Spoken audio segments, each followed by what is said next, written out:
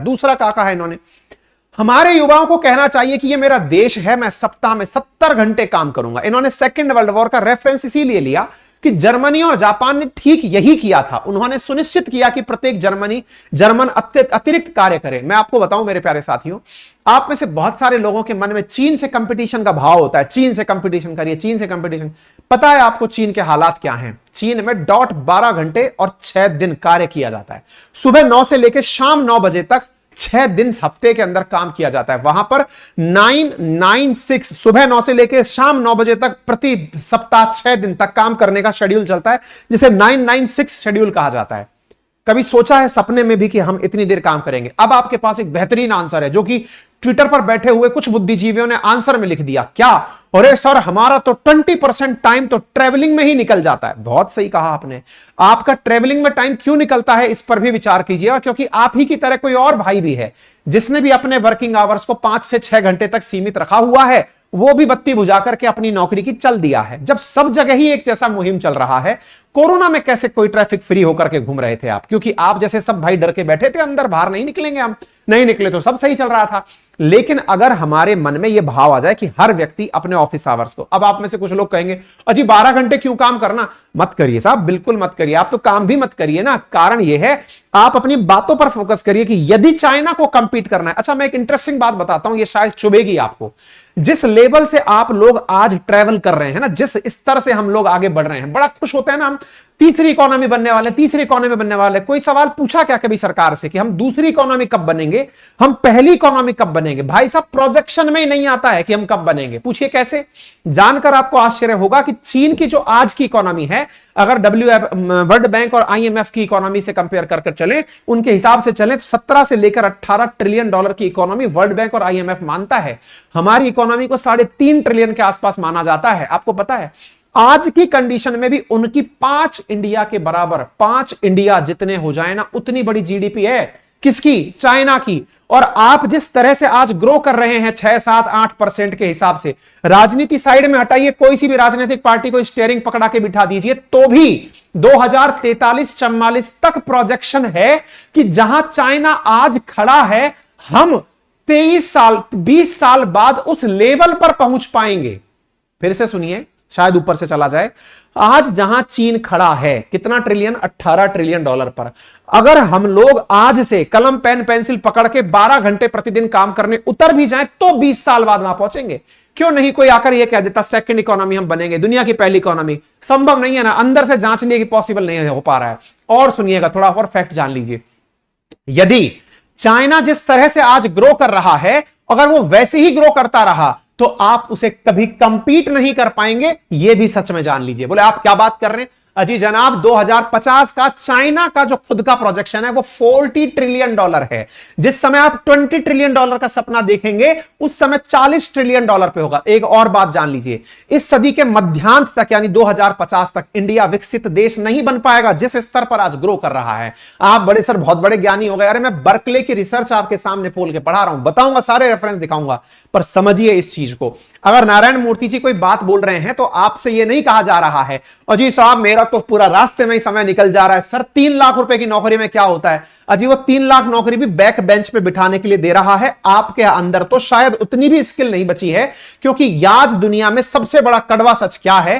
काम करने वाले वास्तव में उपलब्ध नहीं है। मैं आपको लिटरली बता रहा हूं, आज छोटा मोटा कार्यक्रम मैं भी चलाता हूं, मेरी भी छोटी सी टीम है, मेरे साथ भी लोग काम करते हैं जो सही मायने में वर्क डिलीवर कर दे। एब्सेंट हैं लोग, एब्सेंटिज्म के साथ ऑफिस आते हैं, सुबह 9 बजे आ भी गए ऑफिस के अंदर तो इंतजार करते हैं कि दिन भर में बस इतना सा ही काम करना पड़े, महीने की तनख्वाह पक्की होती रहे। उन्हें इस बात से मतलब नहीं है कि मेरा लेवल ऊपर चढ़ता जाए, मैं भी एक दिन बड़ा आदमी बनूं। खैर, अभी तो नारायण मूर्ति जी पर ही आते हैं, मेरे अंदर की भड़ास में क्यों निकाल रहा हूं।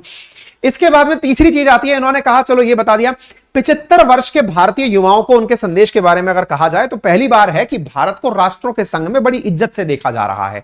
हर भारतीय में अब वही भाव उत्पन्न होना चाहिए जो जापानियों में उत्पन्न हुआ, जर्मनियों में उत्पन्न हुआ, या फिर चाइनीज लोगों में उत्पन्न हुआ। दुनिया में खुद को साबित करने का एकमात्र तरीका है, अगर वाकई में इस लाइन को लिखना चाहते हो तो लिख लेना दीवार पर, जो नारायण मूर्ति जी ने कही है। और वो क्या है? जो ये अक्सर कहते हैं, और उनका कहना है कि अपना शब्द नहीं, प्रदर्शन बोलने दीजिए। अपने शब्दों से नहीं, अपने कार्य से अपना प्रदर्शन करिए। यानी पहचान जो है ना वो आपके प्रदर्शन से मिलती है और सम्मान उसी प्रदर्शन का होता है। और चीन इसका बहुत बड़ा उदाहरण है। उन्होंने मात्र 20 सालों में इस तरह का कार्य करके हमसे आगे निकलकर दुनिया की सेकंड जीडीपी बन चुके हैं। बड़ी बहस छिड़ती है इस बात पर, एग्री करें कि डिसएग्री करें। अब आप सवाल पूछेंगे सर ये क्यों कह रहे हैं आप कि एग्री करें कि डिसएग्री करें। हमने कहा भैया हम इसलिए कह रहे हैं, एग्री करें तो मर जाएं। कैसे? क्या पता हमारे किसी बॉस ने देख लिया कि हम तो एग्री करते हैं इस बात से, कल ही पता चले वो हमसे कह दे कि भाई साहब आपको कल से सुबह 9 बजे आना है, रात को 9 बजे जाना है, नहीं तो घर पधारो। अब डिसएग्री करें तो यार हम कहीं राष्ट्रद्रोही तो नहीं कहला जाएंगे? क्या हम चीन से पीछे रहकर ही खुश हैं? देखिए निश्चित ही अब आपके सामने बड़ा द्वंद्व आ गया है। अब जब द्वंद्व इंसान के ऊपर आता है तो वो उसका बाईपास निकालता है। ये जो है ना एथिकल द्वंद्व है, एथिकल डायलेमा कहते हैं ऐसी चीज को। हां करें तो मरें और ना करें तो मरें। जैसे आप बुरे इंसान हैं, आप कहेंगे नहीं बहुत अच्छी बात है, आप 2 थप्पड़ खाएंगे कि 1 थप्पड़ खाएंगे? अब ये जो स्थिति बनकर आई ना, ये आपका एथिकल डायलेमा है। पढ़ने तो दोनों ही स्थिति में थप्पड़ हैं। अभी स्थिति एग्री और डिसएग्री के साथ भी वैसी ही हो रखी है। अब 12 घंटे काम करेंगे क्या? 12 घंटे काम करेंगे सर? नहीं नहीं नहीं। तो क्या आप देशद्रोही हैं क्या? नहीं सर मैं तो देशद्रोही भी नहीं हूं। वो स्थिति आपके साथ हो रखी है। परेशान मत होइए, आप जैसे बहुत सारे भाइयों ने अपना गुस्सा नारायण मूर्ति पर निकाल लिया है। ऐसे निकाल लिया जैसे नारायण मूर्ति पर गुस्सा निकाल का उनका बॉस उनको देख लेगा कि हाँ भाई साहब इन्होंने तो बहुत तगड़ी बात कर दी। देखिए साहब जबरदस्त तरीके से ट्रोलर्स चल रहे हैं, ट्विटर्स चल रहे हैं, लोग ज्ञान दे रहे हैं इनको कह रहे हैं सर हम तो आज भी 12 घंटे ही नौकरी करते हैं। क्यों? क्योंकि हमारा 8 घंटे ऑफिस होता है लेकिन 2 घंटे ऑफिस जाने में, 2 घंटे ऑफिस आने में। हाँ बहुत सही कह रहे हैं। जान लीजिए जानकार ट्रोलर महोदय, जानकार बात यह है कि जब चाइना भी आपकी तरह ग्रो कर रहा था, जानकारी के लिए बता दें कि आपके बाद आजादी मिली थी चाइना को, भारत के बाद आजादी मिली थी, और वो लोग अपने यहां पर इस हद तक काम करने के लिए उतर गए थे क्योंकि उन्हें हर व्यक्ति को रोजगार देना था। आज हमारे देश में मुट्ठी भर लोगों के पास रोजगार है, बाकी लोग सरकारी नौकरी की लाइन में बैठे हैं। उन्हें लगता है, और हमारी देश की तो एक बहुत बड़ी प्रकार की बेरोजगारी है, और वो कौन सी है? हमारी साइकोलॉजिकल। हम लोग इतने ज्यादा लाचार हैं ना, आप इस बात को कभी फील करिएगा अंदर से। हम लोगों की असली बेरोजगारी शायद प्राइवेट और सरकारी प्राइवेट नौकरी का झंझट नहीं है, टाइम का झंझट भी नहीं है। हमारी असली बेरोजगारी तो यह है, प्राइवेट नौकरी में तो यह आदमी काम कराता है, तो बोले फिर सरकारी नौकरी चलना है क्योंकि वहां कोई काम नहीं कराता है। तो काम नहीं कराता है इसलिए सरकारी नौकरी की तैयारी में। इंडिया बड़ा बनेगा कैसे? कोई और काम करेगा तब बड़ा बनेगा। हम नहीं करना चाहते सर, हम कहां जाना चाहते हैं? सरकारी नौकरी में। बोले क्यों? क्योंकि वहां काम नहीं होता है सर, काम नहीं होता, बड़ा आराम रहता है सर, बड़ा चिल रहता है, आराम से जिंदगी कटती है। फिर बेटा एक बात बताओ, तुम्हारी तनख्वाह कहां से आएगी? सर टैक्स से आएगी। बेटा टैक्स कौन पे करेगा? अच्छा इतना भी सोचना होता है क्या सर? सॉरी सर, जब आप जैसे भाई काम करते हैं, सरकार पैसा कमाती है, वहीं से तनख्वाहें निकल कर आती है। हमारे देश में अधिकांश लोग तो इस कारण से तैयारी के बाद ज्यादा काम कर ले, अरे इतना काम करेंगे तो सरकारी नौकरी निकाल लेंगे। 12 घंटे अगर टेबल पर बिठा के ये आदमी काम कराएगा, इतना तो मैं अपने लिए पढ़ लेता तो सरकारी नौकरी। अरे तो सरकारी नौकरी का मतलब क्या है? Job security. गलत फहमी है भाई, जॉब सिक्योरिटी नहीं दे रहे हैं वो आपको असली टेंशन इस बात की काम नहीं करा रहे हैं, बस इसलिए चलना है। ठीक है, बड़े सारे लोगों ने ज्ञान दे दिया साहब इन्हें भयंकर तरीके से, लेकिन कुछ लोग इसके साथ भी निकल कर आए, पगार बढ़ाओ सर, आप 3 लाख रुपए प्रति एनम तनख्वाह देते हैं, इतने में घर चलता है क्या? मेरे प्यारे साथियों, मैं ज्यादा तो नहीं जानता लेकिन अपना एक छोटा सा अनुभव आपसे साझा करना चाहता हूं। हालांकि आज तक मैंने कभी इस चीज को साझा नहीं किया, अपनी टीम के साथ जरूर करता हूं। मैंने आज से लगभग 13-14 साल पहले कलम उठाई थी, है ना, पढ़ाने के लिए। उस समय मेरी तनख्वाह थी 22,500 रुपए ट्रेनिंग के दौरान, जो कि इन्फोसिस का पैकेज है ना वो। किसी ने मुझे कहा कि आप इतने में पढ़ाएंगे क्या? हमने कहा मौका दीजिए, पैसा तो हम खुद पा जाएंगे। और बोले कैसे? हमने कहा दुनिया यार हमारी काम को पसंद करेगी तो आपको भी पसंद आएंगे, और काम पसंद होगा तो आप पैसा देंगे। और उसके बाद हमने पलट कर पीछे नहीं देखा। भगवान की दया से, वो कहते हैं ना गाड़ी है दौलत शौहरत, जो जो डायलॉग बोलने होते हैं वो सब भगवान ने पूरे कर दिए, सब बहुत पहले पूरे कर दिए, जो जो होने चाहिए थे भगवान के आशीर्वाद से। कारण एक लाइन में इतना सा समझ लीजिए, तनख्वाह मैटर नहीं करती है। बहुत सारे लोग, जब हम लोग जॉब के लिए कोई वैकेंसी निकालते हैं, बहुत सारे लोग हमारे पास चले आते हैं और वो कहते हैं सर जॉब चाहिए। बहुत अच्छी बात है सर, इतनी तनख्वाह लेंगे। मैं कहा बेटा तुम तनख्वाह के बारे में चर्चा ही मत करो, तुम्हारा काम पसंद आ गया तो फिर तुम्हें हम ही नहीं जाने देंगे। तुम पहले काम के तो बनो, हमें काम का नहीं बनना है। सर तनख्वाह बताओ कितना दोगे? हमने कहा बेटा तनख्वाह हम तुमको ₹1,00,000 भी बोल दें और तुम्हारा काम पसंद नहीं आया तो तुम्हें दूसरे दिन वैसे भी विदा करेंगे, वर्केबल बनो।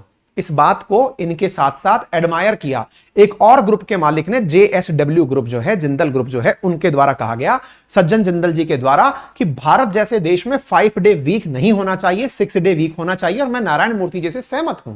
हमने भी आपसे आपकी राय जानी है। ट्विटर पर जाइए, थोड़ा सा हमको भी फॉलो कर लीजिए वहां पर, ताकि आपको भविष्य में उसका भी कोई चार्ज वार्ज नहीं है। हम लिंक कमेंट बॉक्स में पिन कर दिए, आप हमसे वहां कनेक्ट रह सकते हैं, ठीक है। अच्छा, अब एक बड़ा सवाल बनता है सर, लेकिन एक बात बताएं आपको, आप ही से अगर कह दिया जाए कि 12 घंटे कैमरे के सामने खड़े होकर पढ़ाइए, क्या आप पढ़ा पाएंगे? हमने कहा नहीं पढ़ा पाएंगे। तो फिर कैसे आप इस बात को बोल रहे हैं? हमने कहा देखिए, देश में कई तरह के कार्य हैं, कुछ पत्रकारों के कार्य हैं, कुछ एजुकेशनल इंस्टीट्यूशंस के कार्य हैं, कईयों के पास कोडिंग के कार्य हैं, कईयों के पास मैन्युफैक्चरिंग के कार्य हैं, कई तरह के देश के अंदर कार्य चलते हैं। सब कार्य के अंदर अलग अलग प्रकार की एफिशिएंसी रिक्वायर्ड है। आवश्यकता जो है उन्होंने कही है वो इतनी है कि सब लोग जो कर रहे हैं उससे थोड़ा ज्यादा करना शुरू कर दो। 9-10 घंटे काम कर रहे हो, 1-1 घंटे ही बढ़ा दो। अगर आप 4 घंटे क्लास पढ़ा पा रहे हो, 5 घंटे पढ़ाना शुरू कर दो। अगर आप 8 घंटे काम कर रहे हो, 9 घंटे करना शुरू कर दो। थोड़ा तो आगे चलो ना, क्योंकि सपना है कि आपको चीन से आगे निकलना है। चीन से आगे निकलना है तो मैन्युफैक्चरिंग सेक्टर पर हाथ जमाना पड़ेगा। मैन्युफैक्चरिंग सेक्टर मेरे प्यारे साथियों जिससे निर्माण होता है, क्योंकि चीन ने अपने सामने एक बहुत बड़ी मजाक करी थी। हम इंडियंस ने, जब हमारा नंबर पता चला कि हम नंबर 1 हो गए पॉपुलेशन में, हमने उसे ऐसे सेलिब्रेट किया कि ये देखो हम नंबर 1 हो गए। चाइना वालों ने उस पर भी हमारी फिरकी ले ली थी, ये कहते हुए कि आप नंबर 1 जनसंख्या में तो हो गए हैं, लेकिन आपके यहां पर जो वर्क फोर्स है, यानी जो व्यक्ति कार्य करने लायक है, उसकी संख्या 900 मिलियन है चीन में।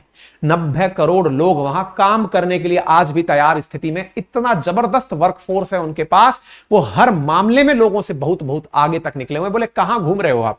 इंडिया और चाइना के बीच कोई कंपटीशन ही नहीं है, क्योंकि आप लोग वर्कफोर्स में बहुत पिछड़े हुए हैं। मेरे प्यारे साथियों, देश आजाद हुआ 1947 में, चीन आजाद हुआ 49 में। दोनों के बीच में जो सबसे इंपॉर्टेंट अंतर है वो इस चार्ट में दिखाई देता है, जहां चाइना आज अगर IMF का फोरकास्ट देखें तो $18 ट्रिलियन के साथ खड़ा है, हम $3.2 ट्रिलियन के साथ खड़े हैं। 5 गुना इकोनॉमी हमसे ऊपर लेकर चल रहा है। उम्मीदें की जाती है 2027 तक हम $5 ट्रिलियन पहुंचेंगे। $5 ट्रिलियन को पूछने के लिए एक बार एक सर्वे कराया गया था 2020 में इंडियंस से कि क्या तुम्हें लगता है कि हम $5 ट्रिलियन तक पहुंचेंगे? देश के अंदर 34% तो कंफर्म ही नहीं थे, मतलब ये थे कि नहीं सर हम नहीं पहुंच पाएंगे। मात्र 41% के अंदर से यह भावना निकल रही थी कि हम पहुंच पाएंगे। किस कंपटीशन की बात करते हो आप? चाइना से क्या कंपटीशन करोगे आप? चाइना के अंदर 996 वर्किंग आवर सिस्टम है, यानी कि 9 बजे सुबह जाना है, शाम 9 बजे आना है, 6 दिन हफ्ते में काम करना है। इसके चक्कर में कई बार यहां पर प्रोटेस्ट भी हुए हैं, लोग विरोध में उतर कर आए हैं। और लोग कंपैरिजन किनसे करते हैं? OECD की जो 39 विकसित कंट्रीज हैं उनके साथ, कोलंबिया जैसे बड़े देशों के साथ चर्चा करते हैं कि देखो वहां तो इतने घंटे काम करते हैं। अरे भाई, उन्होंने कमा के रख लिया। आपको अगर डेवलप होना है, आगे बढ़ना है तो कमाना पड़ेगा। चाइनीज के पास दुनिया की तुलना में बहुत ज्यादा काम करने का पेशेंस है, बहुत ज्यादा वो लोग काम करते हैं। उन्होंने काम करने के लिए 1970 के दशक में इंडिया से एक अलग रास्ता अपनाया था। उन्होंने रास्ता अपनाया था ऐसे कार्य को करने का जिसके तहत वो लेबर इंटेंसिव इंडस्ट्रीज को डेवलप कर सके। मेरे प्यारे साथियों, जब हमारा देश आजाद हुआ, पंचवर्षीय योजनाएं बनाई गई। योजना आयोग के द्वारा पंचवर्षीय योजनाओं के माध्यम से जब हम आगे बढ़ने लगे तो 5 ईयर प्लान्स में इंडिया ने क्या ऑप्ट किया? नेहरू जी के नेतृत्व में हमने ऑप्ट किया, बड़ी इंडस्ट्रीज लगानी है हमें, बड़ी इंडस्ट्रीज लगानी है, यानी कि कैपिटल इंसेंटिव, बहुत ज्यादा पैसा देकर के हमने बड़ी बड़ी कंपनीज को मतलब बना दिया, अपने लेवल पर सरकारी बड़ी बड़ी कंपनीज को खड़ा कर दिया। लेकिन दिक्कत क्या हो गई? हमारी जो उस समय ताजा ताजा आजाद हुई जनता थी, जिसके पास ज्यादा स्किल नहीं थी, वो वहीं की वहीं बेरोजगार रह गई। सेकंड 5 ईयर प्लान तक पहुंचते पहुंचते हमारे हालात ये हो गए कि यार हमारे पास तो खाने का भी झंझट हो गया, दाना कहां से खाएं? क्यों? क्योंकि अल्टीमेटली हमारे पास रोजगार के नाम पर बड़ी कंपनियां हैं, छोटी कंपनियां है ही नहीं। चाइना हमसे सबक ले लिया, बोले ये लोग गलत रास्ते पर चल दिए हैं, हम दूसरा रास्ता अपनाएंगे। चाइना ने गियर बदला और बदलते ही उसने लेबर इंटेंसिव, गांधी जी कहा करते थे कि देश को अगर तरक्की करनी है तो MSME, इसमें स्मॉल, जो मीडियम, स्मॉल और माइक्रो टाइप के जो ऑर्गेनाइजेशन है इनको बड़ा करिए, कॉटेज इंडस्ट्रीज को बढ़ावा दीजिए। लेकिन इंडिया ने शुरुआती तौर पर बड़ी इंडस्ट्रीज को बढ़ावा दिया, जिससे हम लोग बढ़े तो सही लेकिन जनता को रोजगार नहीं दे पाए। वहीं चीन ने अपनी गरीबी को ताकत बनाया और लोगों को रोजगार देने के लिए छोटे छोटे कामों में डाला कि देखो तुम्हें रोजगार चाहिए, बोले हाँ तो आओ काम पर चलते हैं, और मैन्युफैक्चरिंग काम करवाए। उन्होंने लेबर इंटेंसिव कार्य जैसे कपड़ा उद्योग जिसमें बहुत लोगों को रोजगार मिलता है, लाइट इंजीनियरिंग, आज आप देखना दिवाली के समय पर जो भी बल्ब चमकते हैं अधिकांश चाइनीज हैं। चाइना वालों ने तब समझ लिया था इस चीज को। इलेक्ट्रॉनिक्स के आप मोबाइल, कैमरा, लैपटॉप जिसमें भी आप मुझे देख और सुन रहे हैं, उन सब में कहीं ना कहीं चाइना का कंट्रीब्यूशन है। उन्होंने उस दौर में इस आवश्यकता को पकड़ लिया था कि देखो पैसा भले ही कम मिलेगा लेकिन लंबे समय तक हम चलेंगे, दुनिया की रीढ़ बन जाएंगे। हमने क्या किया, हम तो भैया एक बार में बड़ी इंडस्ट्रीज लगाए और जब समझ में आया कि यार गलत रास्ते पर निकल लिए तो हमने सेक्टर ही बदल दिया। बोले हम टर्शरी सेक्टर में काम करेंगे, हम सेकेंडरी सेक्टर यानी मैन्युफैक्चरिंग छोड़िए, हम सर्विसेज में काम करेंगे। तो बोले क्या बनेंगे, हम डॉक्टर बनेंगे, इंजीनियर बनेंगे, हम सर्विसेज देंगे, कॉल सेंटर बनेंगे, केपीओ चलाएंगे, बीपीओ चलाएंगे। हम लोग अगर किसी ने फ्रिज बनाकर दे दी है तो हम बताएंगे फ्रिज का उपयोग कैसे करना है। अगर किसी ने मोबाइल बनाकर दे दिया है तो हम बताएंगे मोबाइल में कोई दिक्कत आए तो कृपया करके इस नंबर पर कॉल करें, इतना नंबर दबाने पर आपको 1 पर रिचार्ज होगा, 2 पर सर्विस मिलेगी। ऐसे करके हम लोगों ने अपने पैटर्न को बदल दिया। कहने का मतलब समझिए, इंडिया इस रास्ते को ही बाईपास कर गया, इकोनॉमी के सेकेंडरी सेक्टर को लांघकर सीधा टर्सरी सेक्टर में पहुंचा। यानी फॉरेस्ट्री, फिशिंग, फार्मिंग, माइनिंग आज तक चल रही है लेकिन यह वाला कार्य हम लोग गायब कर गए बीच में, जिसको चाइना चमका कर ले गया। क्योंकि इसी सेक्टर में, कार मैन्युफैक्चरिंग में, चाहे ड्रेस मेकर में, बिल्डर में, स्टील वर्क में, आज आपके घर में अगर कंस्ट्रक्शन का काम चले और लेबर काम करने आए, लेबर का वर्किंग आवर देखिए, 9 बजे एंट्री करेगी, शाम 5 बजे निकल लेगी, बीच में 1 घंटे के लिए वो अपना विश्राम का काल निकालेगी।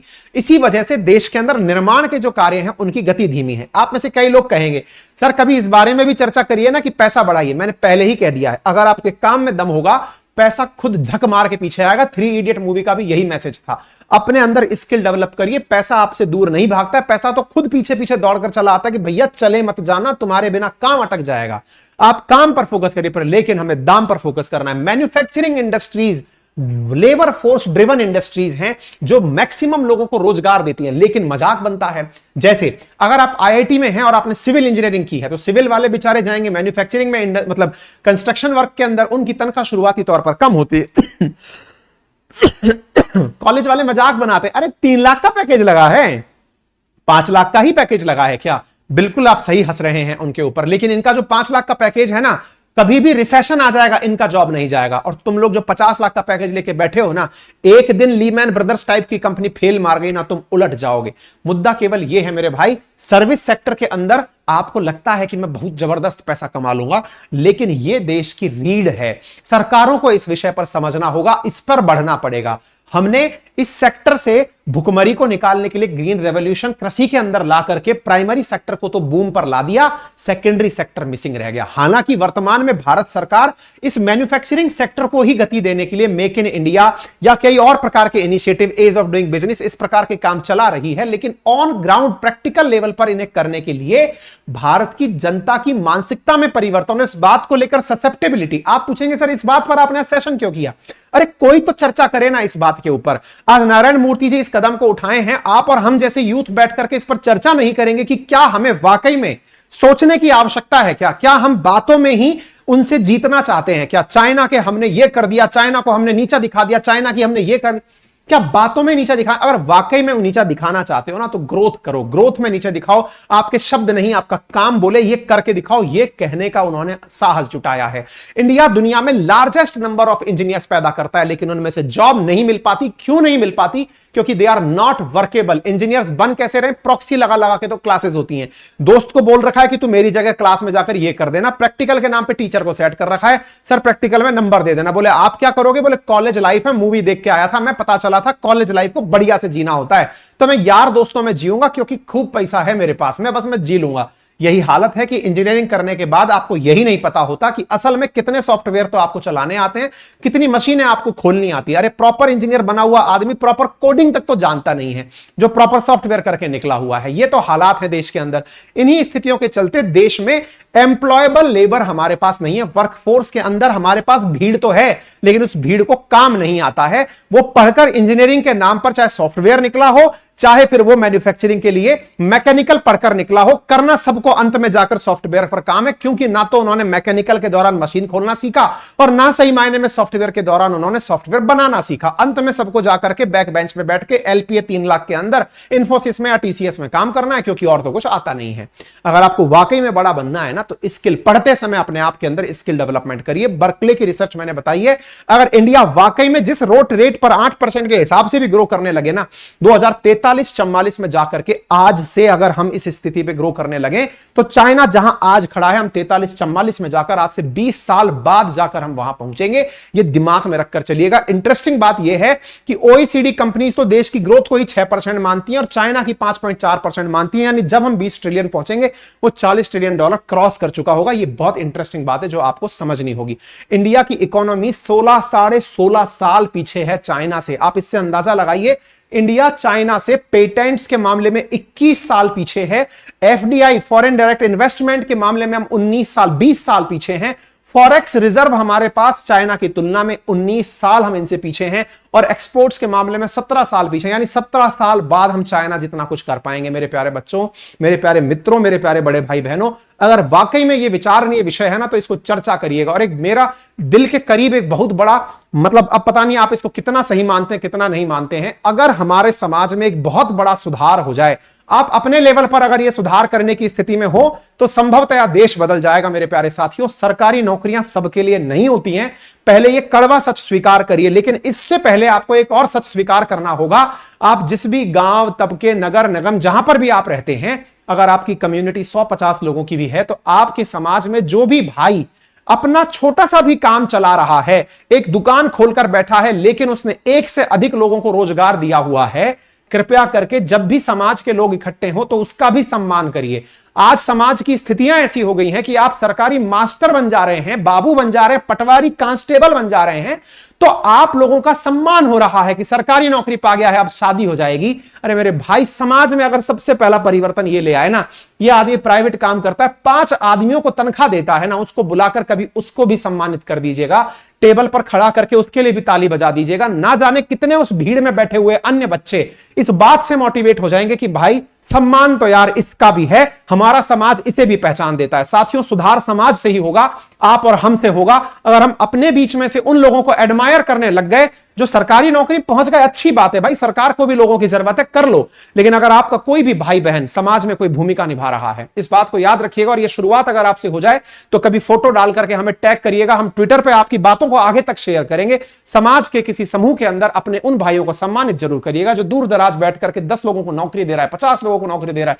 सम्मानित करिए, क्योंकि वो यही मानता है कि पता नहीं हम सरकारी नौकरी पा गए होते, हम भी आईएएस पीसीएस बन गए होते तो सम्मानित हुए होते। अरे आईएएस पीसीएस भी आप जब 100 लोगों को नौकरी देके चलते हैं ना, तो आईएएस पीसीएस भी आप ही लोगों के, उन 100 लोगों की जिंदगी सही से चले, असल में वो वही काम कर रहे होते हैं, आपको सुरक्षा मिले, आपको सारी सुविधाएं मिले, असल में उनका यही तो काम है। तो कृपया करके उन्हें सम्मानित करिएगा। खैर, ज्यादा भावनाओं में ज्यादा बातें निकल गई हो तो भाई साहब क्षमा चाहते हैं, हमने आज अपनी भी बातें इसमें बोल दी। और अल्टीमेटली जो बच्चे कहते हैं ना सर जॉब तो है ही नहीं, ये सबसे बड़ा मिथ है। आप अपने ऊपर ये विचार करिएगा कि आपको कौन सी स्किल आती है। सर हमको स्किल तो कोई सिखाता ही नहीं है। अरे कम से कम अपनी एक स्किल में, और जो बोलने में अगर महान हो तो अंग्रेजी बोलना सीख लो। अगर आपको लगता है कि लिखने में महान हो तो कम से कम कोई ढंग की टाइपिंग सीख लो यार। एटलीस्ट आज जितने लर्नर बैठे हुए हैं, सही मायने में एमएस ऑफिस या एमएस एक्सेल पर 100% लोग काम करना नहीं जानते। स्किल के नाम पर हम हिस्ट्री, ज्योग्राफी, पॉलिटिक्स पढ़ करके अपने आप को समझते हैं कि भैया पीसीएस निकाल जाएंगे तो बढ़िया है। हमारी भी दुकानें उन्हीं से चल रही होती है, हम भी आपसे कह के ये निकल लेते हैं कि भैया यूपीपीएससी का कोर्स हमने निकाल दिया है, प्री प्लस मेंस का कंप्लीट फाउंडेशन है, history, geography, polity, economy, science, technology, complete batch हम लोग पढ़ा रहे हैं, पढ़ लो।